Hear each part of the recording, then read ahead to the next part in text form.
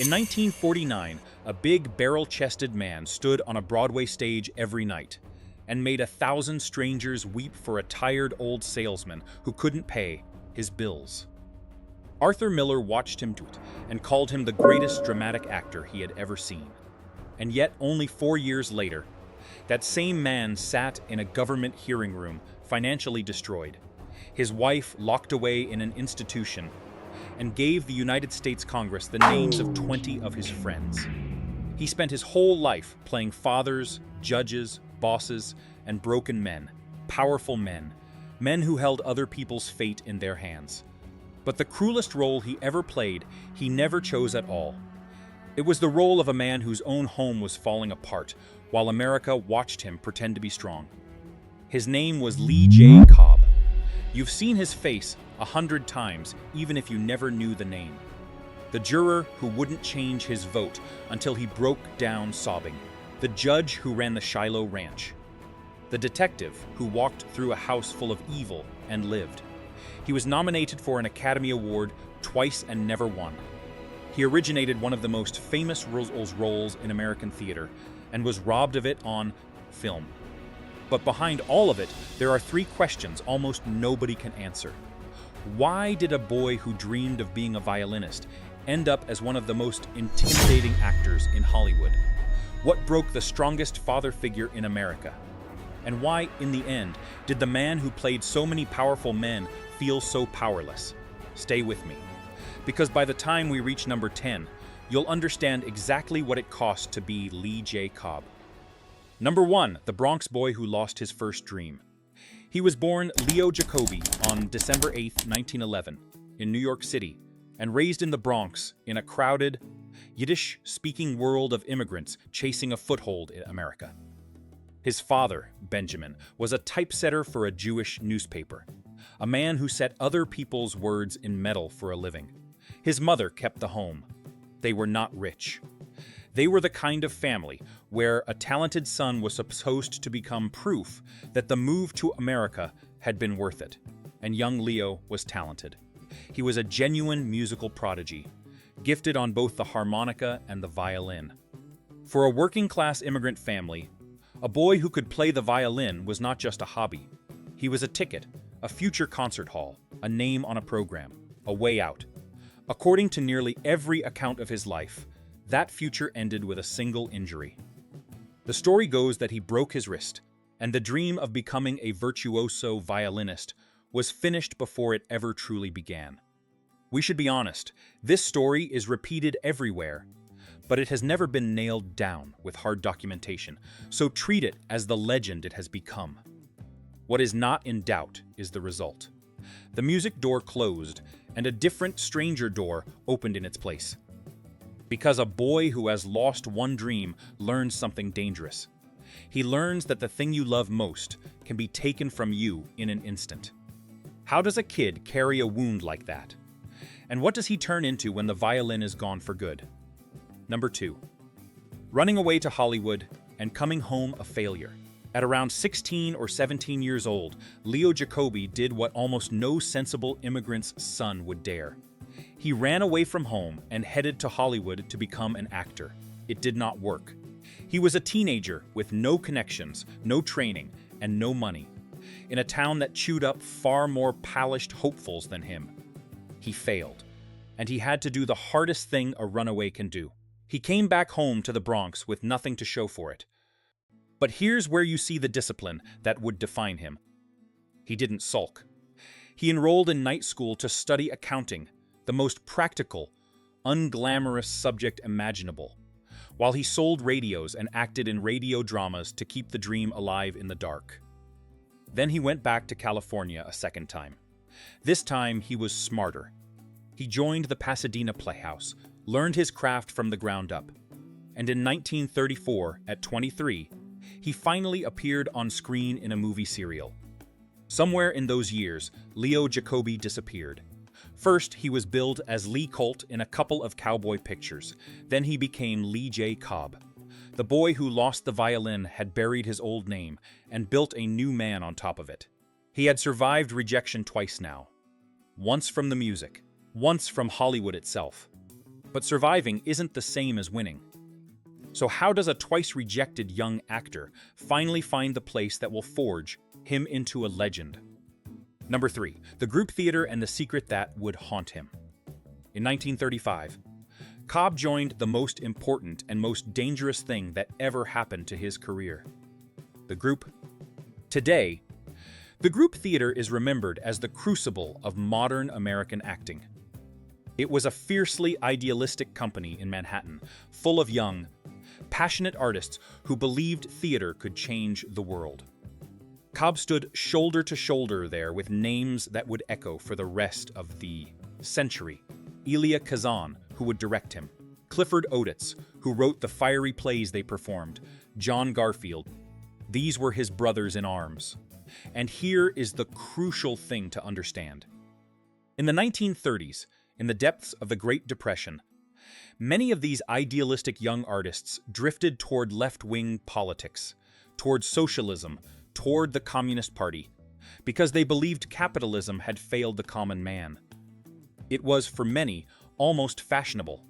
Nobody could have known that one day this youthful idealism would become a loaded gun, pointed straight at their own heads. It was also at the group theater that Cobb discovered his strange superpower. He could play old men. In the film of Odets' Golden Boy, he played the aging immigrant father, Mr. Bonaparte, opposite a young newcomer named William Holden. Cobb was barely 6 years older than Holden. He buried himself in makeup and gravity and pain, and audiences believed he was an old man. He had found his lane.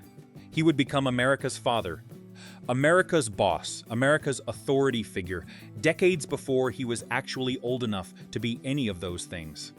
He had found his people and found his gift. But the same room that made him also planted the seed of his destruction. So what does a man build before the bill for his idealism finally comes due? Number 4, becoming the face you knew before you knew the name.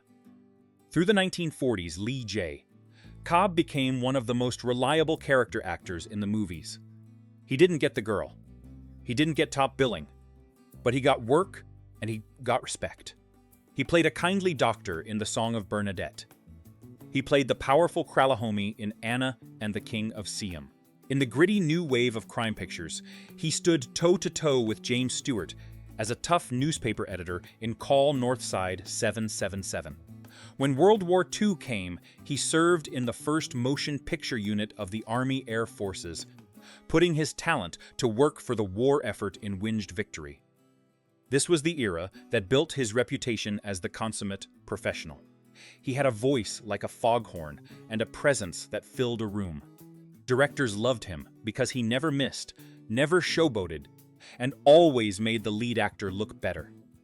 He was the kind of man Hollywood is built on, the one whose name the audience can't quite remember, but whose face they never forget. He had a wife by now, too. In 1940, he had married a beautiful Yiddish film actress named Helen Beverly. They started a family. By the late 1940s, Lee J. Cobb looked like a man who had quietly, patiently won steady work, a family, respect. But steady respect was never going to be enough for a man who had buried 2 dreams already. He wanted the one thing a character actor almost never gets. He wanted immortality. And in 1949, a playwright was about to hand it to him. What was the role that would make Lee J. Cobb a legend forever? Number 5, the greatest role in American theater. On February 10, 1949, the curtain rose at the Morosco Theater on Broadway, and Lee J. Cobb walked out as a defeated, exhausted traveling salesman named Willy Loman. The play was Arthur Miller's Death of a Salesman, directed by his old group theater friend Elia Kazan. It is hard to overstate what happened in that theater. Miller had originally imagined Willy as a small shrimp of a man. But when he saw the big, towering Cobb take the role, he rewrote the description. Willy became a walrus instead of a shrimp, because Cobb had become Willy. He was only 37 years old, and yet night after night he became a broken 63-year-old man crushed by a lifetime of false promises. The New York Times called it acting of the first rank, The play ran for 742 performances.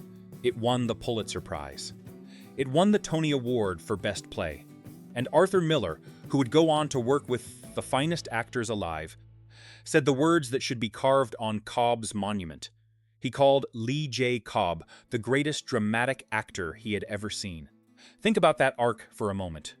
The boy who lost the violin. The teenager who failed in Hollywood. The character actor whose name nobody could remember. He had just originated what many consider the single greatest role ever written for the American stage. The salesman who couldn't pay his bills had made Lee J. Cobb a giant. He was, in that moment, untouchable, the toast of Broadway, the actor every director wanted. So how, in just a few short years, does the greatest dramatic actor in America end up unable to find work at all? Number 6. The years the world thought he was unstoppable. For a while, the triumph just kept rolling. In 1954, Cobb gave one of the most menacing performances of his life as the corrupt union boss, Johnny Friendly, in On the Waterfront, squaring off against Marlon Brando. The film won 8 Academy Awards, and Cobb earned his first Oscar nomination. Then came 1957, and a small black-and-white film shot almost entirely in one sweltering room. 12 Angry Men. Cobb played Juror Number 3, the loud, furious, bullying holdout who refuses to vote not guilty, and in the film's devastating climax, his armor cracks. We learn his rage was never about the case at all. It was about his own son, the boy he lost. He tears up a photograph and collapses into broken sobs. It remains one of the most powerful breakdown scenes in the history of American film, and it worked because Cobb knew something about being a father whose family had fallen apart. The very next year, in The Brothers Karamazov, he earned his second Academy Award nomination as the monstrous, dissolute old patriarch Fyodor. Twice nominated. Twice the equal of any actor in Hollywood. From the outside, these looked like the golden years. 2 Oscar nominations, iconic role after iconic role. A man at the absolute peak of his powers. But appearances lie. Because the films you just watched were not made by a free man enjoying his success. They were made by a man who had already been to hell and made a deal to get out. The triumphs of the 1950s were built on top of a secret that had nearly destroyed him. What if I told you that, right in the middle of all this glory, Lee J. Cobb's body and his name had already been broken? What was happening to him when the camera stopped rolling? Number 7. The heart attack that nearly ended everything. In August of 1955, while filming a picture called The Houston Story, Lee J. Cobb's heart gave out.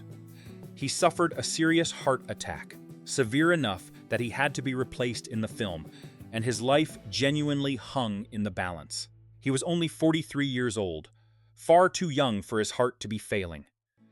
And those close to the story have always pointed to one obvious culprit: the years of crushing stress that came just before it.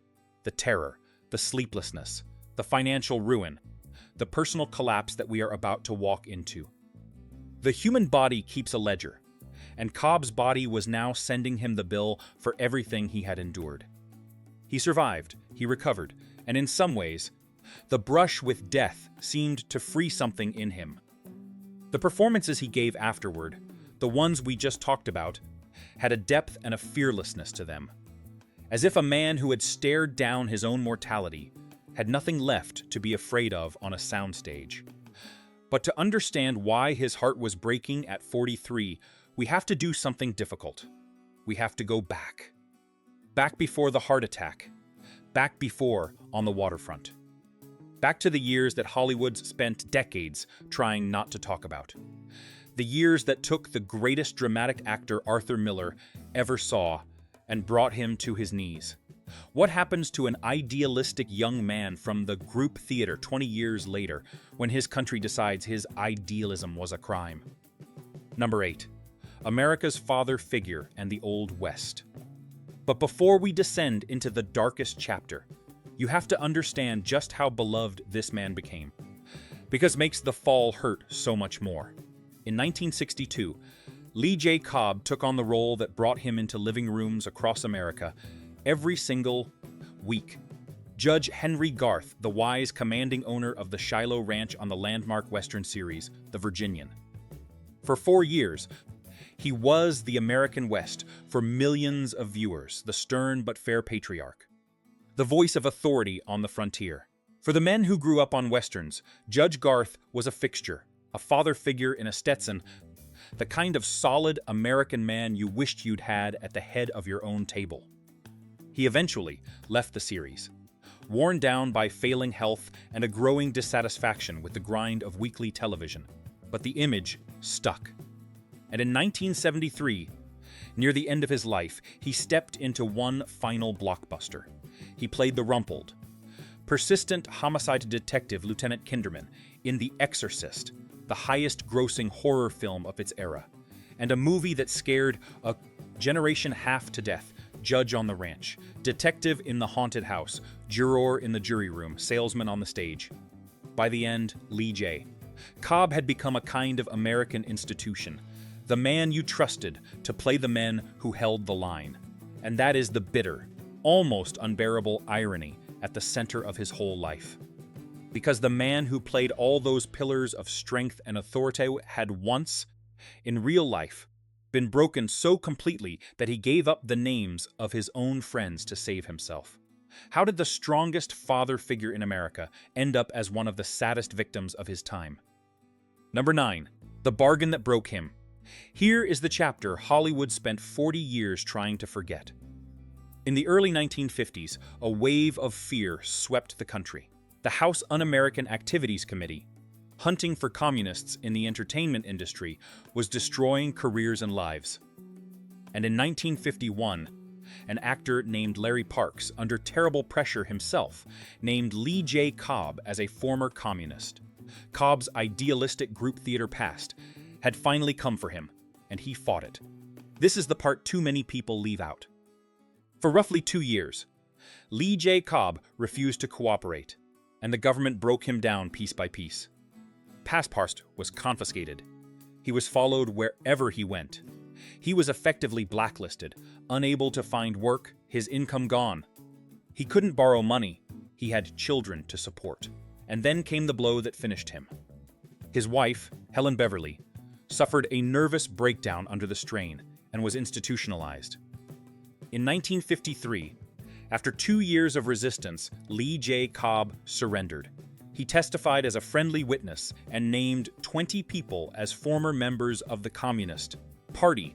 We will not pretend that didn't happen, and we will not pretend it was harmless. He named names. Other lives were touched by what he said. But hear his own words, given years later to the author Victor Navasky, and then judge for yourself. Cobb said this: "When the facilities of the government of the United States are drawn on an individual, it can be terrifying." He said the blacklist, losing your work, that was just the opening move. He described being tailed everywhere, the threats, his wife institutionalized, no money, no way to borrow, the children to care for. And he said, "I decided it wasn't worth dying, for I had to be employable again." Even Arthur Miller, who himself refused to name a single name and was punished for it, looked at Cobb with pity rather than contempt. Miller wrote that he saw Cobb as more a pathetic victim than a villain, a big, blundering actor who simply wanted to act, who had never asked to be a hero, and who was, Miller said, one of the best proofs he knew of the committee's pointless brutality toward artists. That was the secret behind the golden years. That was why his heart gave out at 43. Every powerful man he played afterward was performed by someone who knew in his bones exactly how it felt to be powerless. So how do you carry a thing like that for the rest of your life, and what does it do to a man in the end? Number 10. The Final Reckoning. Lee J. Cobb never fully escaped what happened to him in that hearing room. He kept working. He kept giving great performances. He remarried in 1957 to a school teacher named Mary and had 2 more children. He found a kind of peace. But the man who had played so many fathers carried a wound that never quite healed, the knowledge of the bargain he had made under the worst pressure a person can face. On February 11th, 1976, at his home in Woodland Hills, California, Lee J. Cobb's heart finally gave out for good.